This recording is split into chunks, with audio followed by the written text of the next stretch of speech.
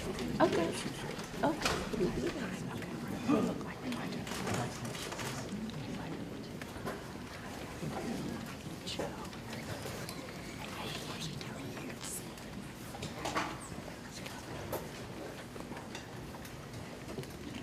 Well, welcome. I am honored to be here and honored to have this group present today. I want to thank Secretary King and Dr. Wise for this opportunity. My name is Candace McQueen, and I'm our Tennessee Commissioner of Education, and thrilled to be on a community college campus today here in Pellissippi. I'm also proud today that Tennessee is the first state in the country to have taken leadership in removing our financial barriers to post-secondary for all of our students, all students in Tennessee. So it's a remarkable moment where we get a chance to talk more about that with our students today. My job now and the role that I have in K-12 is to ensure that what we do in K-12 truly aligns to this opportunity that we have in Tennessee. Our strategic plan that we put forth about 12 months ago, called Tennessee Succeeds, develops an alignment to ensure that students have confidence and competence going into their community college or College of Applied Technology experience. And so I look forward to hearing from you about how we can do that even better. We know that the country has been watching our state for some time as we continue to be the fastest improving state in the nation on the nation's report card, and now we have even new opportunities for our students to access higher education. I'm honored that we have post-secondary partners in the work who have been so willing to create the opportunity to open doors for every single student in our state.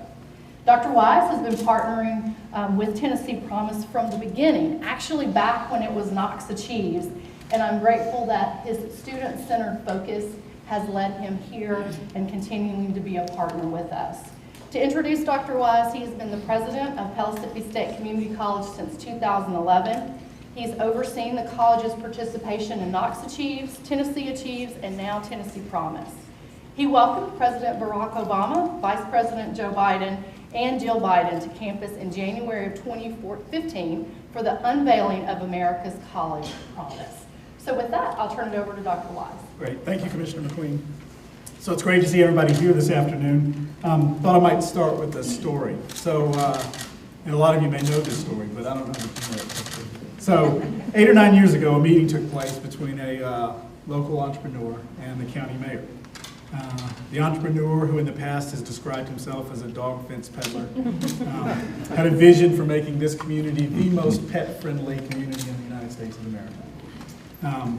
The mayor was willing to help in those efforts, but like all good politicians, he had an ask in return. Would the entrepreneur be willing to support the establishment of a privately funded last dollar scholarship program so the county's high school graduates could attend the region's community and technical colleges? Pellissippi State, Rome State, Walters State, the Tennessee College of Applied Technology. They enlisted the support of the city mayor, who's now the governor of the state of Tennessee, Bill Haslam, a couple of other businessmen and philanthropists, and launched Knox Achieves. The key elements of the program were established. Each student would submit an application in order to participate. They would attend mandatory meetings at their high schools. They would meet deadlines for completing the FAFSA. They would work with a mentor and complete 8 hours of community service for each semester enrolled in the program. Knox Achieves quickly found its target audience in that 65% of the participants were first-generation college students, and 70% came from families earning less than $50,000 a year. The success of students in this program, they were retained and completed at rates higher than the average at the state's community and technical colleges. First saw expansion statewide, first as a privately funded Tennessee Achieves, and then as a legislatively enacted Tennessee Promise. The key program elements, which I think of as student responsibility, mentorship, service, have remained the same since the very beginning. But the funding is now derived from a state endowment of excess lottery funds. The Tennessee Promise became the cornerstone piece in the state's drive to 55. The idea that by the year 2025, 55% of Tennesseans need some type of post-secondary degree. The focus on student success sparked by this notion of a promise has been one of the key factors in increased success at the state's community and technical colleges.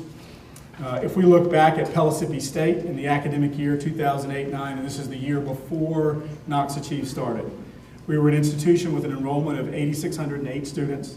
We had 3 students that year graduate with technical certificates, and 670 complete associate degrees. If we look at the last academic year, the 2015-16 academic year at Pellissippi State, we find a college of 10,325 students, over 1,000 certificate completions, and 1,432 associate degrees. Although Chrissy, D'Alejandro, and I debate how big a role Knox Achieves and Tennessee Promise had in this, it certainly had a very significant role in this notion of not only providing access to students, but real opportunities for success. Many of the folks involved in the legislative approval of the Tennessee Promise are in a special session of the Legislature's General Assembly today, but Chrissy D'Alejandro, who's the Executive Director of Tennessee Achieves, is with us. She's been with the program from the very beginning. She now coordinates the efforts to ensure every high school graduate has the opportunity to fulfill their potential through the state's technical and community colleges.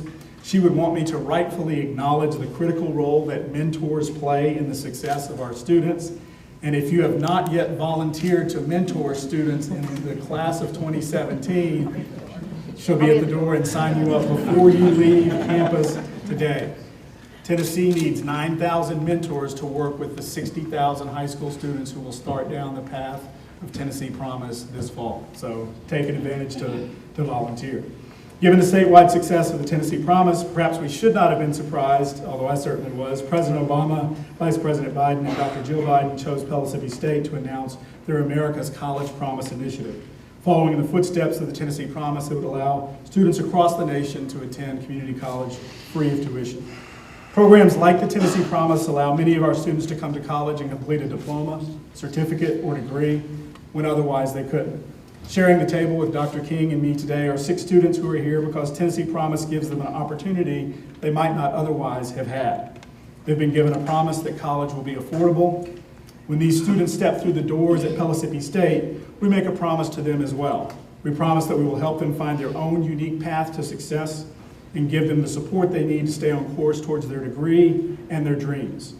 Whether they want to be a mortician or an entrepreneur, a teacher or a physical therapist, a nurse or a maintenance technician, we do our best to give them a promising start on the rest of their lives. I believe that's what community and technical college is about. That's what the state of Tennessee is about. That's what Pellissippi State is about. And frankly, I think that's what a promise is about. So it's a real pleasure to welcome all of you here today to discuss the impact that Tennessee Promise has had on our students. And I look forward to hearing from the 6 we have gathered here today. It's also my pleasure to introduce U.S. Secretary of Education, John King. King has been Secretary of Education since January, and prior to that served as Principal Senior Advisor at the Department of Education, overseeing all preschool through 12th grade policies, programs, and initiatives. Before his work at the Department of Education, King helmed the New York State Education Department, where he was the first African American and Puerto Rican to serve as New York State Education Commissioner. He's also been the Managing Director at Uncommon Schools and co-founded the nationally recognized Roxbury Preparatory Charter School in Boston. He began his career in education as a high school social studies teacher in Puerto Rico and Boston. Having lost his parents at a young age, he found in public education in the New York City schools teachers who provided transformational educational opportunities and the support and that powered his belief in the central role of education in the American dream. He has a bachelor's degree from Harvard, a JD from Yale, and a master's degree from Columbia. So I don't know what he does during Ivy League sports. But it's our great honor to host this visit and my great privilege to ask you to welcome Secretary King.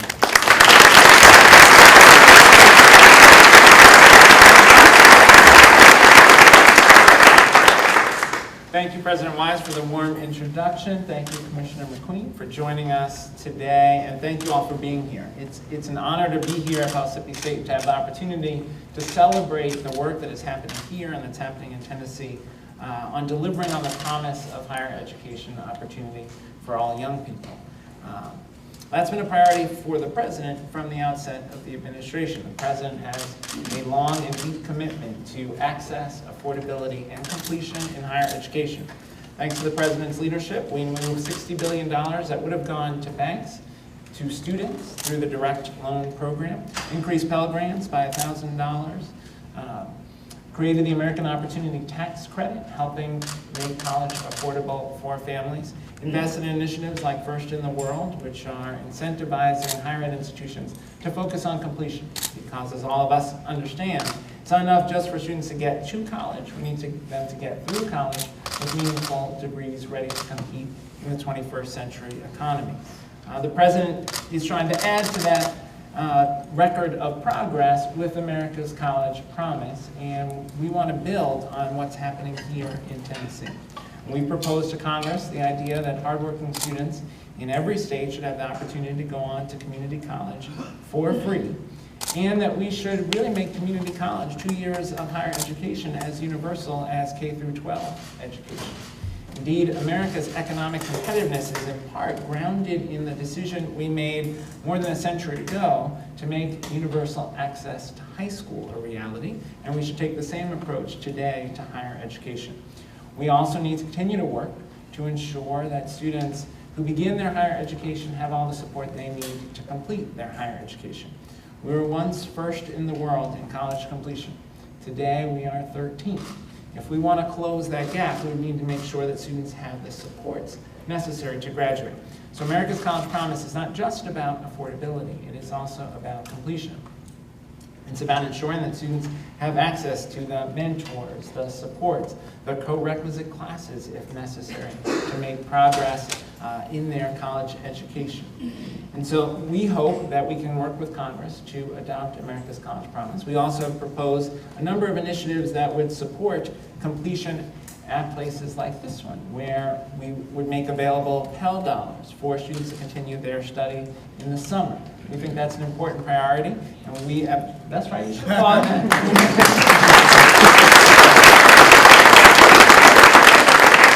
We think that's an important priority, and we look forward to working with Congress to make that happen. I know Senator Alexander is certainly very supportive of that.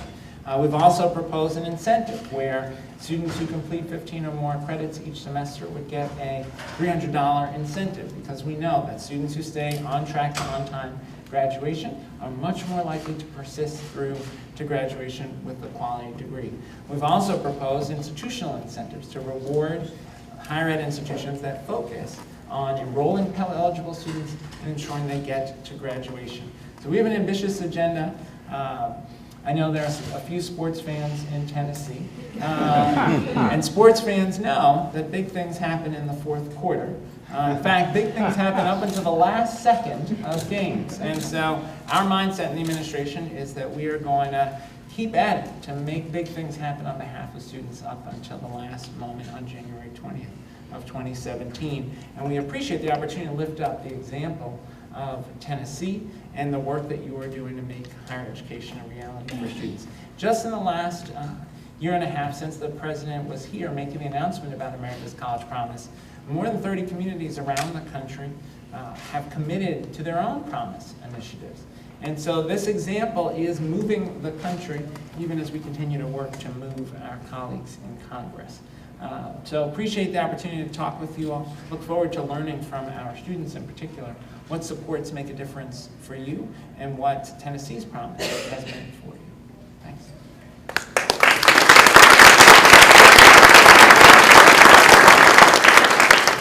All right, great. My name is Matt Capri. I'm the Director of Engagement and Advocacy with the College Promise Campaign.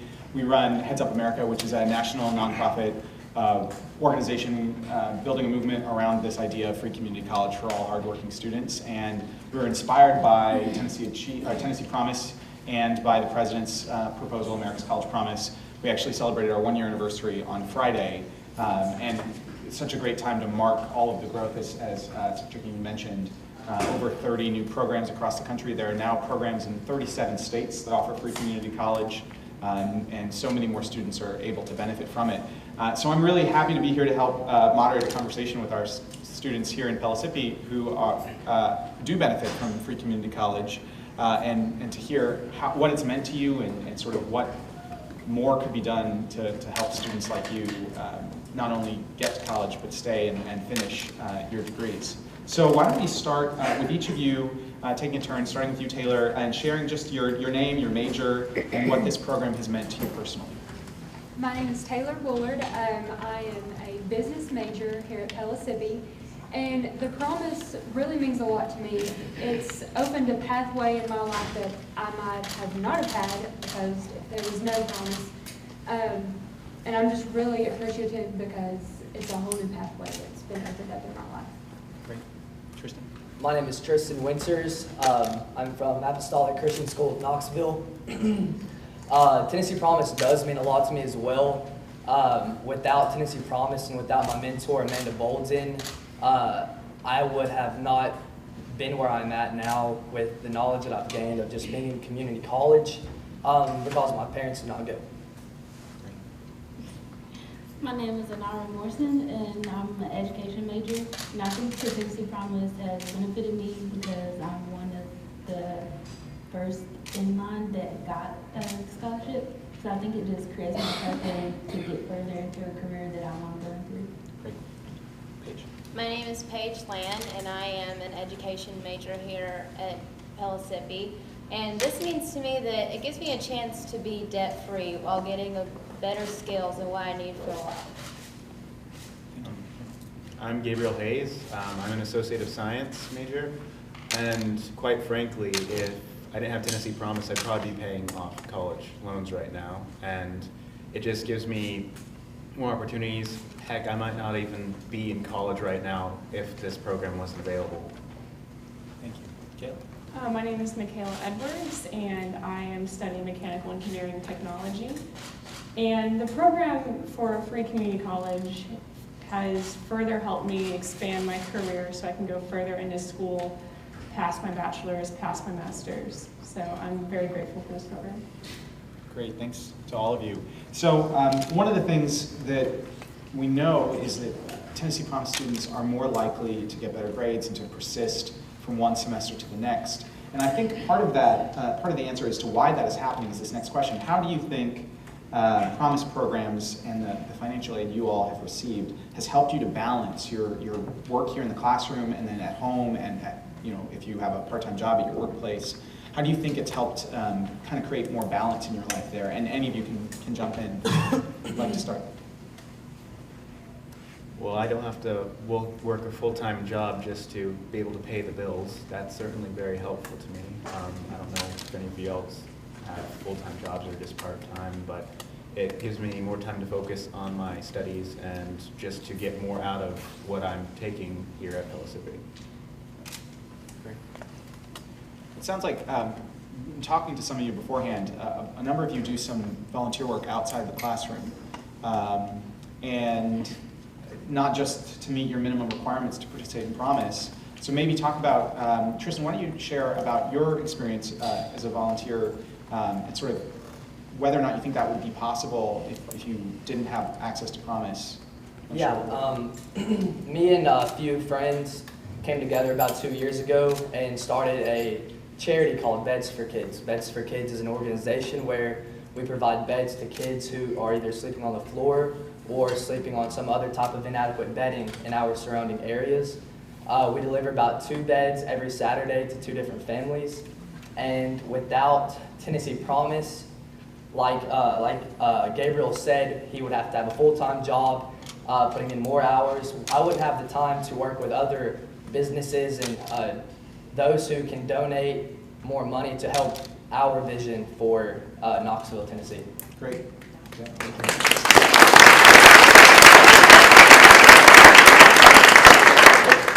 And can we do a show of hands? Which of you do work a part-time job right now? All right, that's what I expected. Yeah, so I can imagine how things would be different for all of you without access to the Promise. If you were each king or queen or whatever for the day, how would you change sort of the financial aid process and make sure that it better supports students? And again, anybody can jump in. Well, students, you have this abundance of high school graduates coming out, and I feel like there's maybe like a lack of direction and focus. So they're taking all these gen ed classes and maybe changing their major a few times, which heck I have done. But I think that we should keep with the community service hours to support this program, but maybe also have internship hours as well to help direct them to what career they want to go in, instead of going on like this path of gen eds and crazy electives. Great. Anybody else want to jump in on that? I kind of agree with Michaela because I know I've changed my education, or my major from education to many other things. And like, I know that if we had internships or some kind of other goal-oriented thing, Yeah. or interest or something, that it would be a lot easier. Yeah. And have any of you, your experience with your mentors, has that been helpful as you sort of navigate what you want to do and sort of figure out what what opportunities you want to take advantage of here at Pellissippi? Yeah, like I mentioned before about my mentor Amanda, she's been awesome.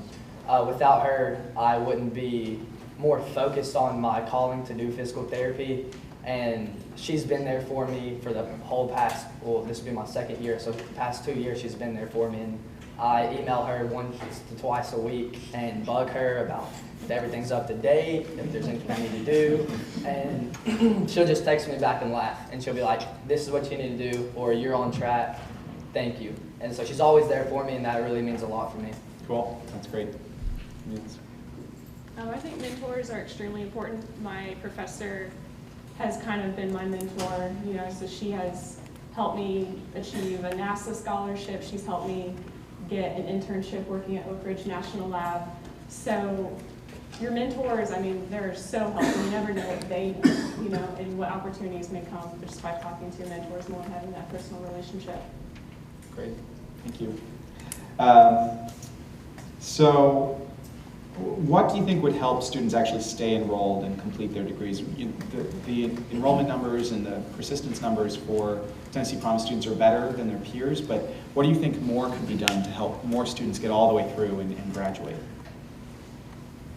I think if students had like an incentive to like graduate, it would be a lot better. I know for me, the program I'm in is the 2+2 program here, and I know for sure that when I graduate, I will be able to go and apply for a teaching job and have a chance at getting it. But there's other programs that I feel like some people are less likely to go for because they don't know if they'll have a job aligned whenever they graduate. So I feel like if we had more jobs aligned, then more students would feel like more successful and be able to succeed at the end of it.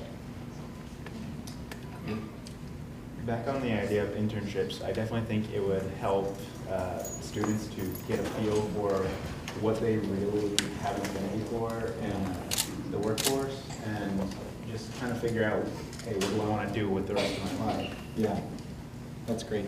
Certainly true for me. All right, well, Dr. Wise, Secretary King, I want you all to take that question as well. So how do you think states and colleges can better support students to get to and through college? Sure. President, All right. in your house. So when you guys mentioned this notion of having an opportunity, so one of the things that we do at Pellissippi State to help students prepare for the transition from high school into the college is we provide a summer bridge. So first thing that went through my mind as you talked about this notion of internship, so why not have an internship bridge over the summer where you could come in and, if you're thinking about going into finance, that you could work in a bank a couple of days and try out a couple of different things to see what that sort of experience is.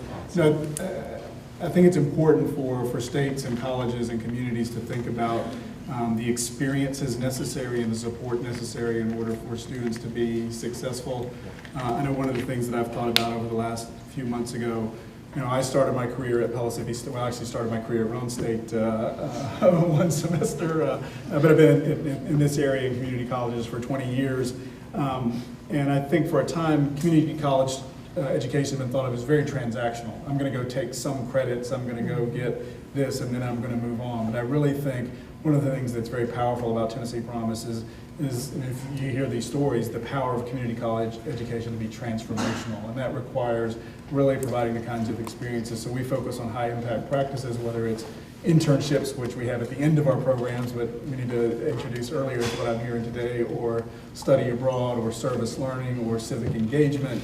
Those are things that need to be embedded into community colleges because they help create citizens who are engaged and active in our communities. And we've got students starting nonprofit. This is not the only example you'll find of students starting nonprofit on this campus, and that's a very powerful agent of change, not only for individual lives, but our community as a whole. certainly agree with everything the President said and the students around the importance of internships, summer bridge programs, counseling. A couple things I would add at the higher ed level, certainly quality advising around which courses to take, how those courses fit into your sequence. We're seeing that make a big difference. Georgia State, for example, has significantly increased their completion rates because of what I called intrusive counseling. They called it proactive counseling, but where the counselor reaches out to you after reviewing your course selection for the semester, or if you do poorly on a midterm, the counselor reaches out to you to talk about what supports you might need. Another piece at the higher ed level is a close partnership with employers. And I think it's internships, but it's also opportunities to learn about what kinds of jobs are available, how the course selection and selection of majors fits in with what employers are looking for. And the other piece I'd raise, and certainly the Commissioner can speak to this, I think there's more we need to do in K-12 to make sure that students are ready. There's the work on raising academic standards so students have the writing skills, the math problem solving skills that they need to be successful when they get to campus. We know when students end up being required to take remedial classes, they're dramatically less likely to persist. Dual enrollment programs, I know that's something you're working on here, can make a big difference. Those early opportunities to be exposed to college classes. And career and technical education. And too often I think we talk about career and technical education as in tension with the pursuit of a college education. I don't think of it that way. In today's economy, you need post-secondary training to be successful. It may be a 2-year degree or a 4-year degree. It may be certificate programs along the way. And getting students into those quality career and technical education programs can be the pathway to clarity when they get to college about how their college education fits in with their career plan. And I know those are all things that Commissioner McQueen is working on. Yeah, I think those are exactly the work that we're trying to do in K-12 to make sure that we have this alignment. And I would never underestimate the power of aligning to what the workplace needs and making sure the quality of the actual content and the faculty's knowledge of that content is really strong, because ultimately that partnership, you talked about the mentorship with your faculty member, is truly what allows the students to access the job, the career, the goals that they have. And the rigorous in K-12, making sure it's rigorous, and that's not a bad word, rigorous, it's depth, it's problem solving, it's knowing all the components that will help the student quickly and successfully access a career field because they have the depth of knowledge they need. Great, thank you. Well, and I think from my experience, community colleges are uniquely prepared to connect to the local employers and respond to their needs, so that's really great. For all the graduates at the table, so actually, for each of the students, you all are still in classes, is that correct? Okay, great. And then, so for those of us that are graduates at the table, what advice do you have, or I guess you guys can jump in on this too, but for folks who are coming in to college now, for folks who have just been in classes for a few weeks, what advice do you have for them as they prepare for this journey that you guys are kind of midway through? And we'll give the students a chance to answer and then come back to you guys. So. Don't be intimidated, even when it seems confusing and tough. If you persist through it, you'll realize that it's definitely worth the effort to take classes here, to get that degree, and to maybe attempt even higher education than that. I know many students are probably really intimidated by college, because I know for me, when I started, I was very intimidated. But what I've learned is college is not just about getting a degree. It's about finding out who you are in life, and it's about getting a chance to figure out where you want your life to go. It's kind of like your blank sheet that you start from, and you shape your own life from college. Whatever you've done before then really doesn't, I don't think it matters when you start college. College is where you have your fresh start. And I think that it's important for everyone to take advantage of it, especially if you don't know what you want to do. Go to college and just take a few classes and see where it leads you. Anybody else? I think I'd say, just jump in, because I know I wanted to take a year off from college before, or after high school, before I wanted to start at college. But with the Tennessee Promise, it kind of goes right into it. And if I didn't have Tennessee Promise, I'd be saying, I have no idea how many loans back and paying for tuition and everything in full. So I just say go right ahead and push you towards your career. That's great, thank you. Any advice? Well, as someone who was in higher ed and a lot of times was talking to freshmen about the experiences that they had in high school and how prepared they felt for the work that they were doing, we determined that the first 8 weeks of classes is when you're making a decision about whether you're going to stay or whether you're going to leave. And when we talk to students that might be thinking about leaving in those first 8 weeks, it was primarily because they didn't feel like they were prepared. They just didn't feel like I was able to do the coursework, which is why what we do in K-12 is so critical, to make sure you feel prepared and you are prepared when you are in classes. But I would give advice to, if you are in college and you are feeling that moment where, oh no, I'm not feeling like I'm prepared, go talk to your faculty members.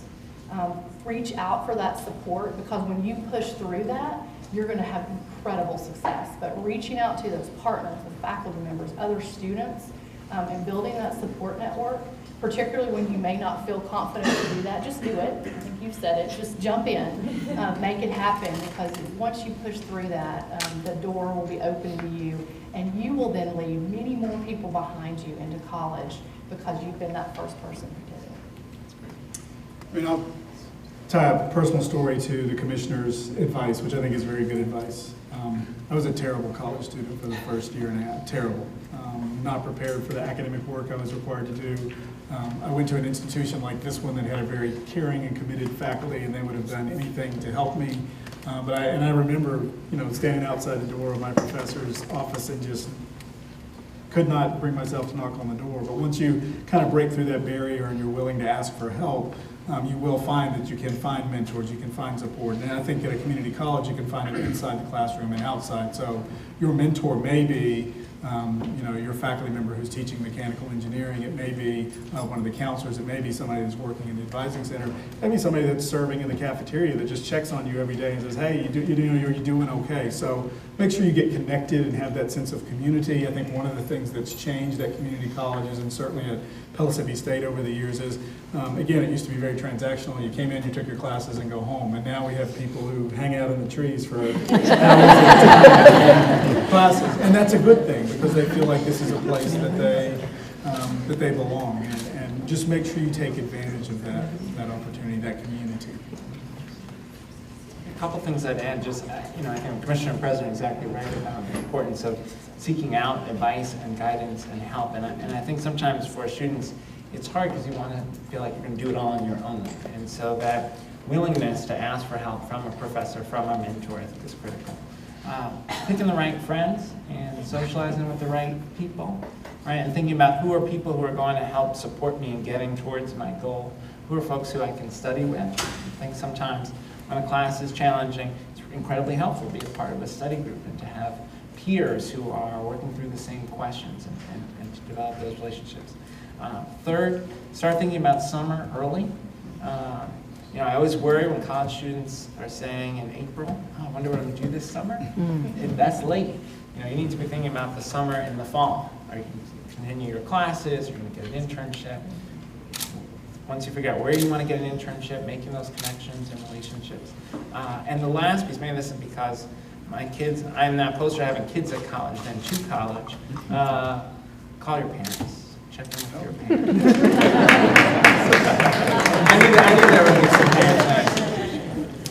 All right, so to Secretary King's remarks, I think spring and summer registration starts October 24th. Is that right? Very good. So last question for the students before we do some final thoughts. Just what are your plans after you graduate? When are you graduating? What do you want to do? Where do you want to go? You guys can jump in. I plan on graduating. I should get my AST degree either this coming spring or in the summer, depending on when I finish those classes. And I'll be able to continue with the 2+2 program through Tech. And I want to teach in inner city schools. I have a heart for inner city schools, and I actually work for the city of Knoxville's after school Parks and Recs department. So I'm really excited to see where it takes me when I graduate. I plan to transfer to Belmont University for physical therapy, and then also get my secondary degree in community outreach. Great. I plan to move to Nashville and start mortuary school after that. And after I get my license to be a mortician and a funeral director, I would really like to reach out and help in drug rehabilitation centers. I really feel like drug overuse is a really bad problem, and I feel like I can help.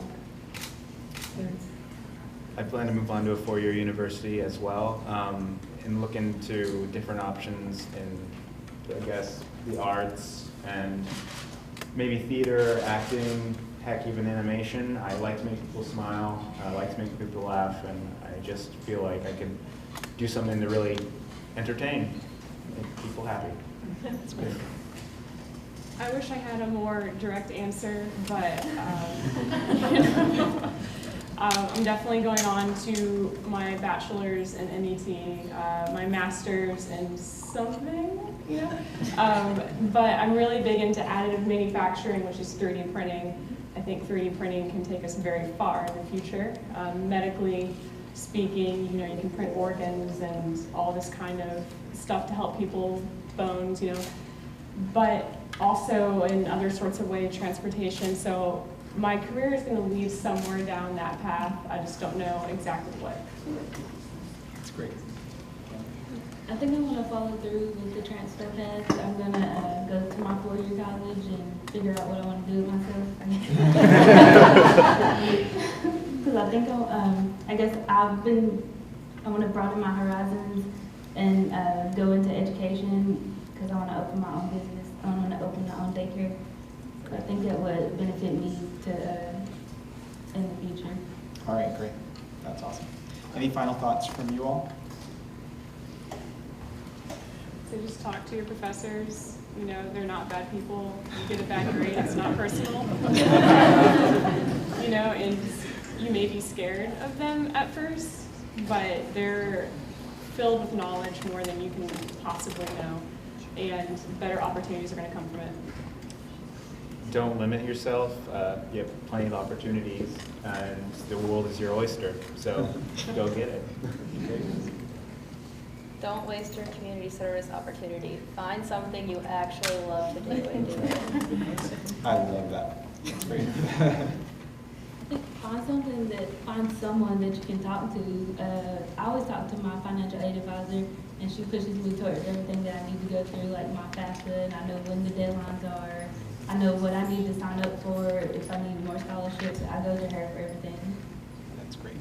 Oh, everybody else is going, so. You have to have something. I would definitely say take advantage of every resource that Pellissippi has to offer, which includes the tutoring services, the free tutoring services like Trio.